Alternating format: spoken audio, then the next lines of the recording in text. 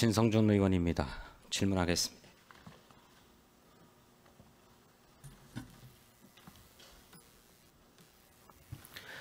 우리 대통령실에서 누가 나와 계신가요?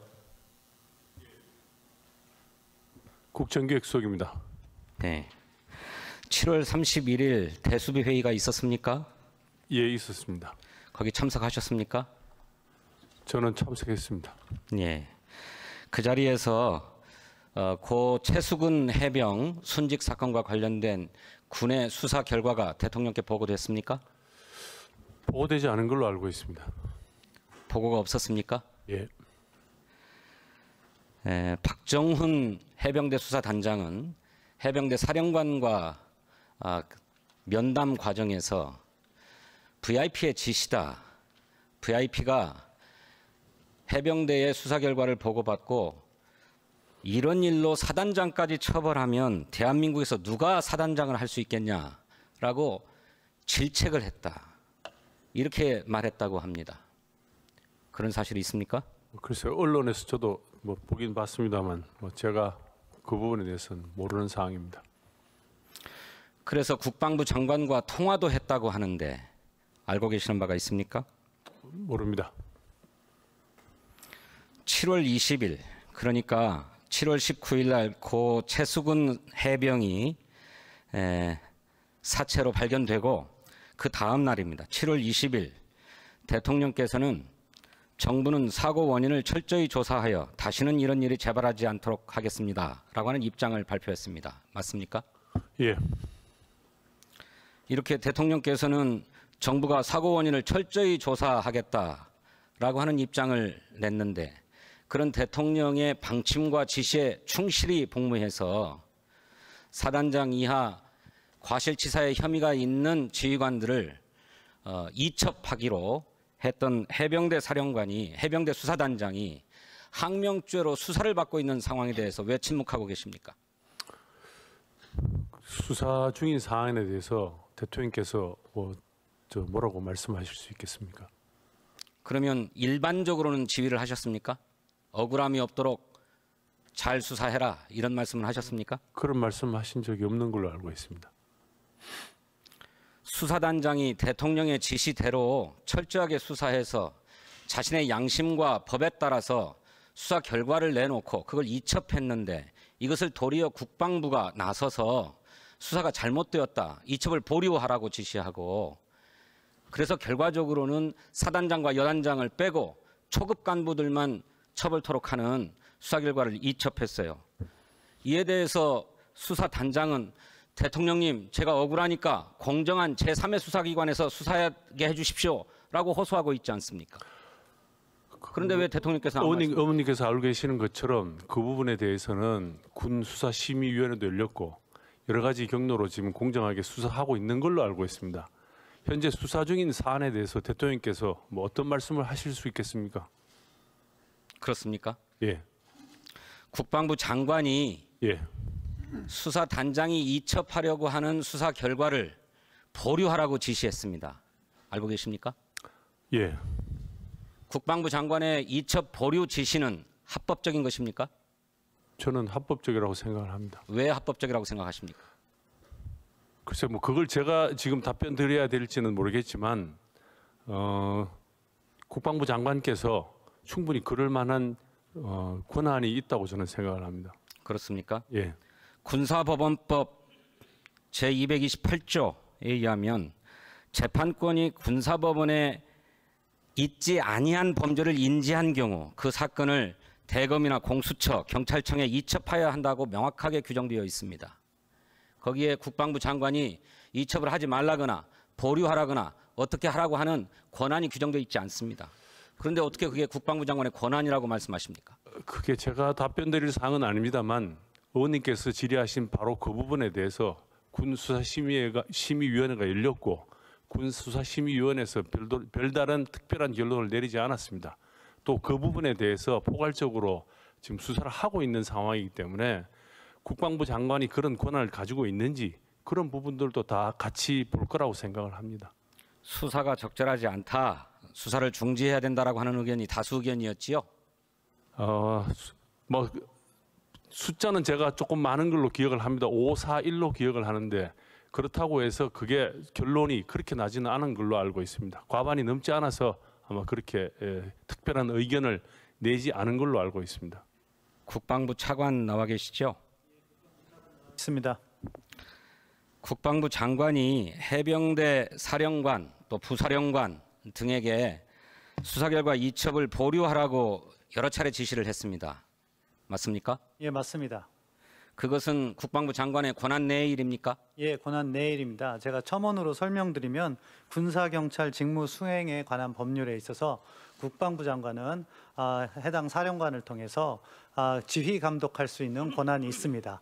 그래서 어떠한 수사 내용에서 특정인을 넣어라 빼어라 할 수 있는 구체적인 이행 권한은 없지만 어떤 사안에 대해서 법리 검토가 필요하기 때문에 이첩을 보류하라 정도의 권한은 있는 것으로 법무관리관이나 관련 전문가들이 해석하고 있습니다.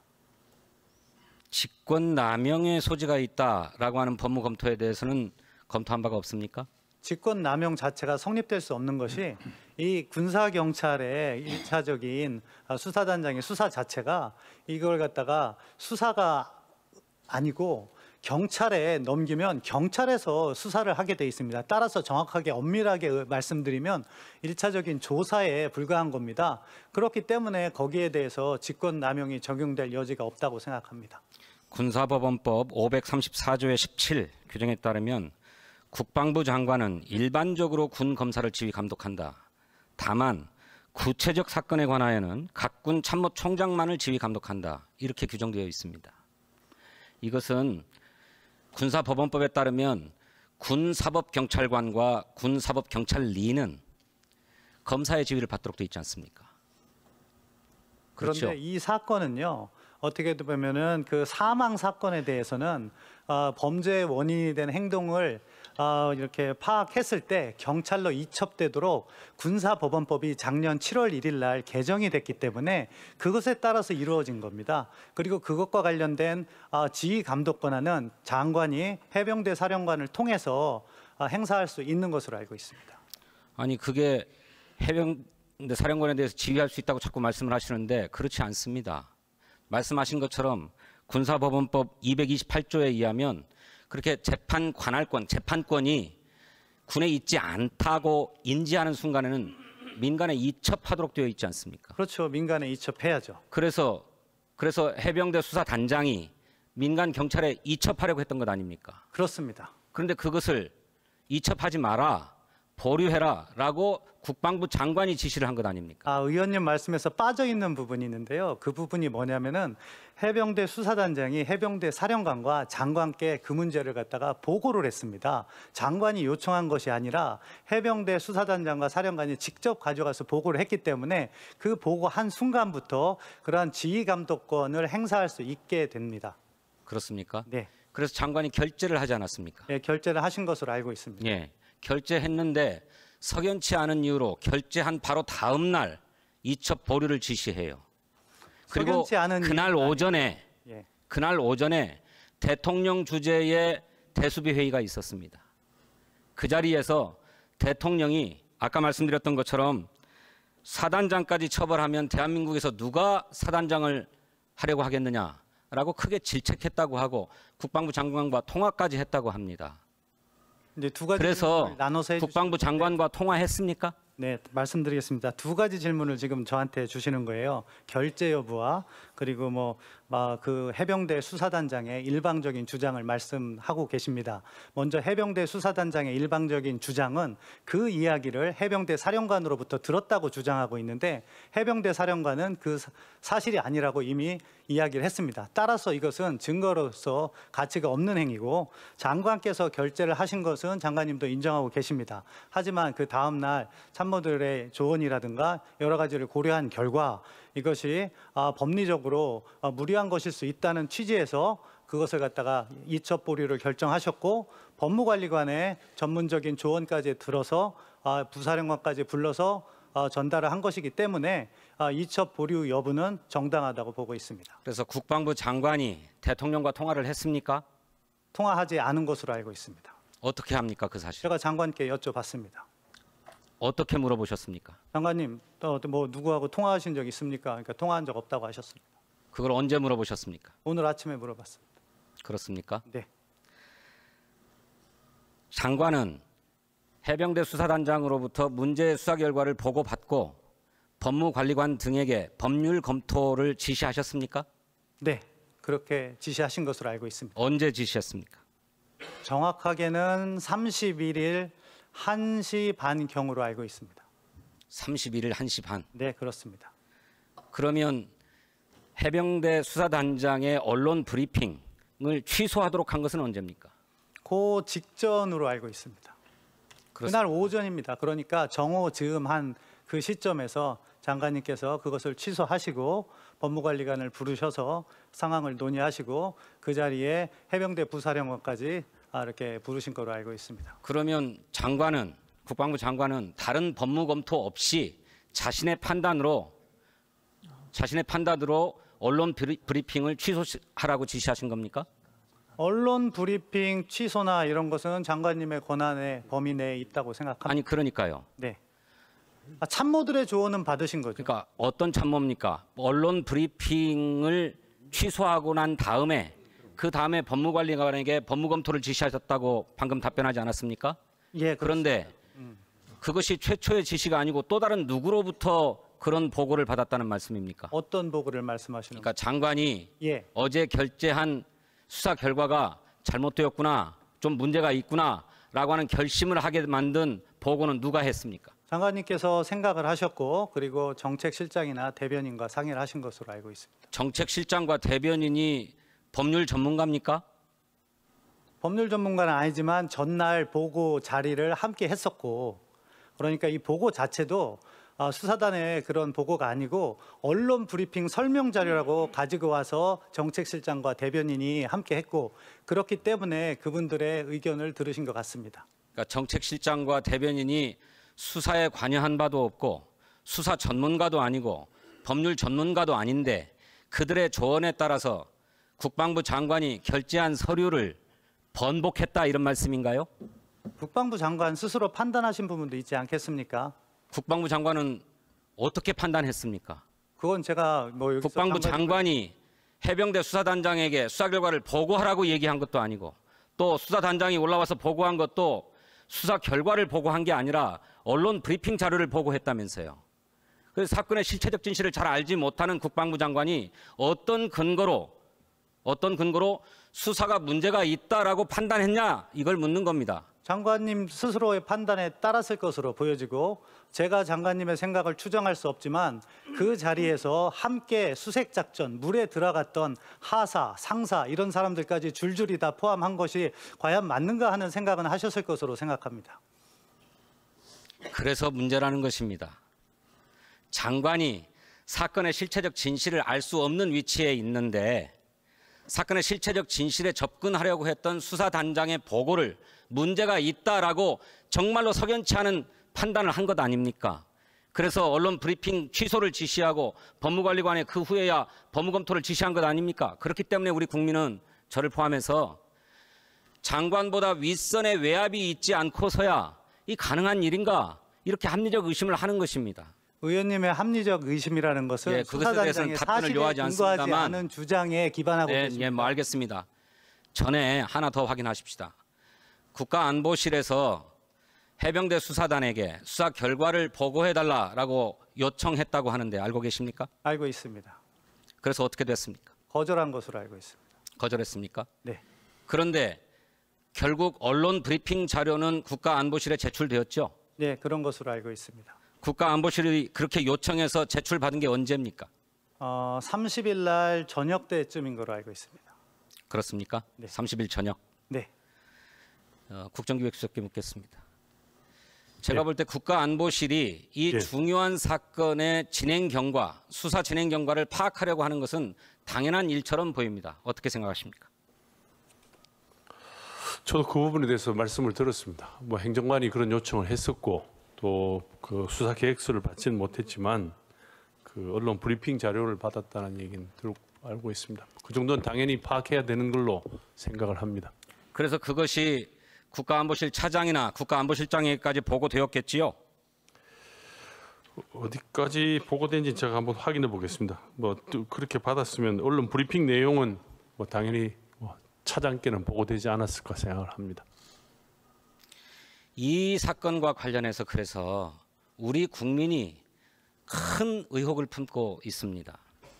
외압에 굴하지 않고 법과 양심에 따라서 철저하게 수사했다고 하는 수사단장이 법에 따라서 수사 결과를 경찰에 이첩한 문제를 놓고 항명죄로 의율하겠다고 하는 것에 대해서 도무지 납득할 수가 없습니다. 의원님, 그리고 그렇게 해서 결국 국방부 조사본부로 이 사건을 가져와 가지고 사단장과 여단장은 다 빼버리고 초급 간부 대대장 2사람만을 과실치사의 책임을 물어서 이첩했다고 하는 것, 이것이 국방부 장관 이상의 높은 사람의 압력이 아니고서야 어떻게 가능한 일인가, 이렇게 의심을 품고 있는 것입니다. 그래서 이 문제와 관련해서는 국회에서 국정조사도 해야 될 것이고 또 필요하다면 특별검사를 도입해서 수사를 해서 그 진상을 명확하게 밝혀야 된다고 생각합니다. 의원님, 말씀드려도 되겠습니까? 차관께 다시 다른 문제 묻겠습니다. 그 말씀에 대한 답변을 육사가 교정에 세워져 있는 독립투사 5인의 흉상을 철거하겠다는 계획을 가졌습니다. 맞습니까? 예, 뭐 그러한 검토를 하고 있는 것으로는 알고 있습니다. 검토입니까? 방침입니까? 나름대로 검토를 했고 그렇지만 최종 의사결정은 아직 아닌 것으로 알고 있습니다. 그래요. 최근의 보도에 따르면 어찌 독립투사들을 육사 교정에서 철거하는가라고 하는 비판 여론이 있자 다른 내부는 놔두고 홍범도 장군의 흉상만 철거하기로 했다. 그런데 맞습니까? 저는 그것은 실체적 진실과는 거리가 있다고 생각합니다. 실체적 진실은 뭡니까? 앞서 총리님께서 말씀하신 대로 이 문제의 발단은 그러니까 2018년에 남북 정상회담이 추진되는 과정에서 갑작스럽게, 아니, 그런 얘기는 일일이 다 얘기하실 필요 없고 실체적 진실이 뭐예요? 실체적 진실은 그런 문제가 당시에 있었고 그렇기 때문에 육사를 졸업하신 분들이 신정부 출범과 함께 그 문제를 제기했고 작년 국정감사에서 문제가 제기됐기 때문에 육사가 이것을 검토하기 시작한 겁니다. 그게 실체적 진실이고요. 그래서 지금 어떻게 되고 있냐 이 말씀을 묻는 거예요. 그것을 갖다가 5분을 다 철거하려고 하다가 홍범도 장군만 철거하려고 방침을 정했냐, 이걸 묻는 겁니다. 그러니까 5분을 다 철거하려 했던 것이 없는 것이고요. 그렇게 얘기하지 않았습니까?